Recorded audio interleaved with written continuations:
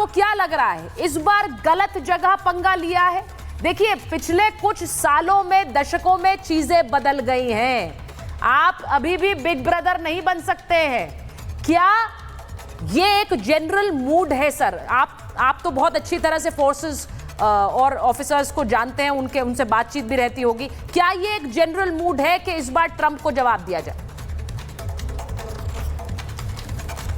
बिल्कुल ये general mood है। देखिए, मैं आपको बताना चाहता हूं कि अभी तक अंतर्राष्ट्रीय रिश्ते, रिलेशंस जो थे वो जियोपॉलिटिकल बेसिस पे वर्कआउट किए जाते थे कि साहब हमारा राष्ट्रीय हित कहाँ है और हमको क्या लॉन्ग टर्म स्ट्रैटेजी अख्तियार करनी चाहिए।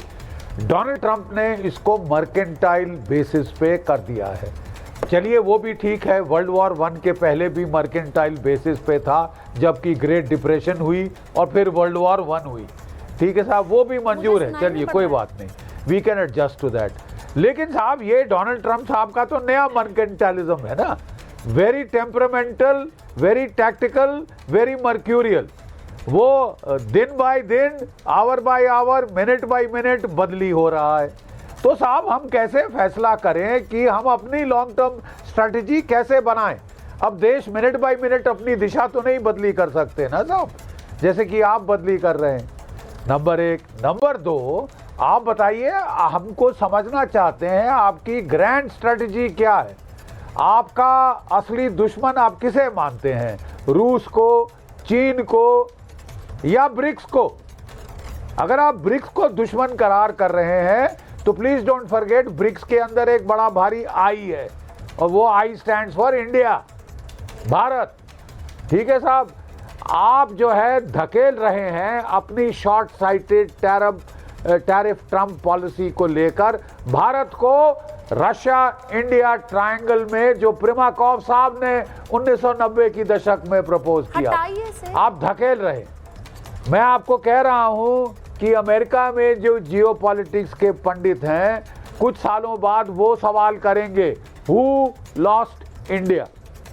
The answer will be very clear, Donald Trump. अपनी वो सनक में आकर, और उन्होंने देखिए, जब वो अपनी कैंपेन कर रहे थे प्रेसिडेंशियल, उन्होंने एक ग्रैंड स्ट्रैटेजी अनवेल की थी कि साहब मैं 5-6 साल शांति चाहूँगा, शांति करूँगा दुनिया में, ताकि मैं अमेरिकन इकोनॉमी को री इंजीनियर कर सकूँ, ताकि मैं अमेरिकन फोर्सेस को रीबिल्ड कर सकूं, अमेरिकन आर्म्ड फोर्सेस को गोल्डन ड्रोम बना सकूं, और मैं जो डीप स्टेट है उसको आड़े हाथ लूं। देखिए, ठीक है साहब, लेकिन साहब 7.5 महीने के बाद डोनाल्ड ट्रंप साहब मिनट बाय, मैं खत्म कर रहा हूं, I am just finishing. You see, Donald Trump साहब जो हैं वो मिनट बाय मिनट कंट्रोल में थक रहे हैं, डीप स्टेट उन पे हावी हो गया है,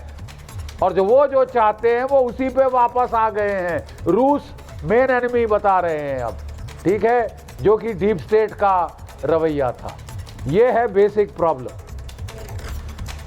मैं एक चीज ये कहना चाह रही हूं, हमारे दर्शक भी इस बात पर गौर करें कि जब रूस यूक्रेन युद्ध शुरू हुआ था और उस समय सबने सोचा था कि रूस तो बहुत आसानी से यूक्रेन को एक तरह से, जो कहते हैं पुटिंग इन योर प्लेस अंग्रेजी में, बहुत आसानी से उसे जवाब देकर चुप करा देगा। ये एक जनरल अजम्पशन था, लेकिन वो अभी तक नहीं हो पाया है। मैं ये इसलिए बात कर रही हूं क्योंकि अगर डोनाल्ड ट्रंप को लगता है कि आज के समय में वो आर्म ट्विस्टिंग कर सकते हैं और टैरिफ्स के खेल के जरिए ये करेंगे, तो क्या ये उन्हें भारी पड़ेगा? मैं इस पर बात करना चाह रही हूं, इसलिए भी कर रही हूं क्योंकि जो वैश्विक मंच है उस पे दुनिया के अलग अलग देशों और की जो एक शक्ति है वो पिछले कुछ समय में बहुत ज्यादा बदल गई है। शाजिया जी, आपके पास एक बार आ रही हूं, जरा बताइए भारत काउंटर कैसे करेगा? क्योंकि लोगों को यहां पर यह चिंता है कि अगर उसके लिए चीन जाएगा तो चीन तो भरोसे के लायक नहीं है, कैसे होगा काउंटर? देखिए, आर्थिक दबाव और कोर्जन का जो तरीका अमेरिका अभी अपना रहा है, लगता है ट्रंप को कि उनके पास ये ट्रंप कार्ड है, लेकिन अभी एहसास उनको भी होगा, जिस तरह की आपकी हेडिंग और शीर्षक भी है, कि तुरुप की चाल भारत को चलनी है और तुरुप का पत्ता हमारे पास भी है। तो जवाबी जो खेल में, नेगोशिएशन में, वो उसमें हमारा भी काम अभी होना है। उसके बहुत सारे रास्ते हैं। हकीकत ये है कि भारत आज 2025 का भारत है, आंख में आंख डालकर जवाब देने की क्षमता रखता है। रूस, यूरोप, एशिया, मिडिल ईस्ट आप देखिए, वेस्ट एशिया आप देखिए, तो कई ढेर सारे रणनीतिक विकल्प हैं जो हमारे लिए तुरुप के कार्ड साबित हो सकते हैं। ठीक है। अगर आप देखेंगे तो भारत से अमेरिका को हर साल 80 to 85 बिलियन डॉलर्स का निर्यात होता है और अमेरिका से 40 to 45 बिलियन डॉलर्स का आयात होता है। अमेरिका के आईटी आप देखिए, एरोस्पेस देखिए, डिफेंस है, फार्मा कंपनीज हैं, भारत में अरबों डॉलर्स वो कमा रही हैं। इसके अलावा आपने अभी भी जिक्र किया सुचरिता जी कि बोइंग के पास अभी भारत में 50 बिलियन डॉलर से भी ज्यादा के डिफेंस एविएशन ऑर्डर्स हैं। इसमें C-17 है, अपाशे है, चिनूक हेलीकॉप्टर्स हैं। फिर आप देखिए GE देखिए, लॉकहीड मार्टिन देखिए, एप्पल देखिए, अमेजॉन देखिए, तो भारत की मार्केट पर बहुत ज्यादा डिपेंड करते हैं। अगर भारत अभी भी अपने परचेज पॉलिसी में बदलाव लाता है तो अमेरिका को सीधा अरबों डॉलर का इससे घाटा होगा।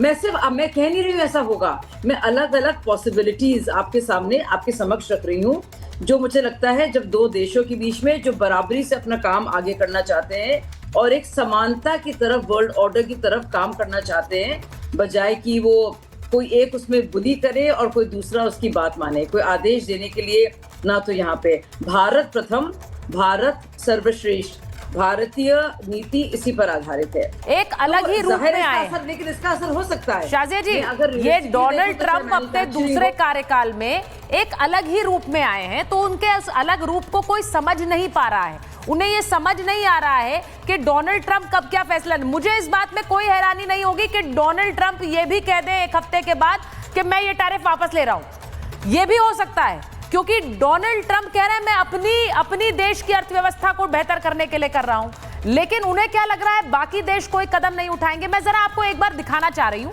कि भारत, ये जो तस्वीर आप देख रहे हैं कि भारत अभी क्या क्या खरीदता है अमेरिका से, उसकी एक तस्वीर जरा देख लीजिए। ये जो आप देख रहे हैं असॉल्ट राइफल्स, ये भी अमेरिका से खरीद रहा है। इसी के साथ M777 अल्ट्रा लाइट होवित्जर तोप, ये अमेरिका से खरीद रहा है। P-81 पोसेडॉन गश्ती विमान, ये भी खरीद रहा है। C-17 ग्लोब मास्टर, ये सब अमेरिका से आ रहे हैं। C-130J सुपर हर्क्यूलिस, ये भी अमेरिका से ले रहा है। और सी गार्डियन ड्रोन्स अमेरिका भारत को दे रहा है। इसका मतलब क्या है? हम ये सामान ले रहे हैं, लेकिन इसका मतलब ये भी है कि अमेरिका के लिए भारत एक बहुत बड़ा बाजार भी है जहां ये अपने हथियार बेच रहा है।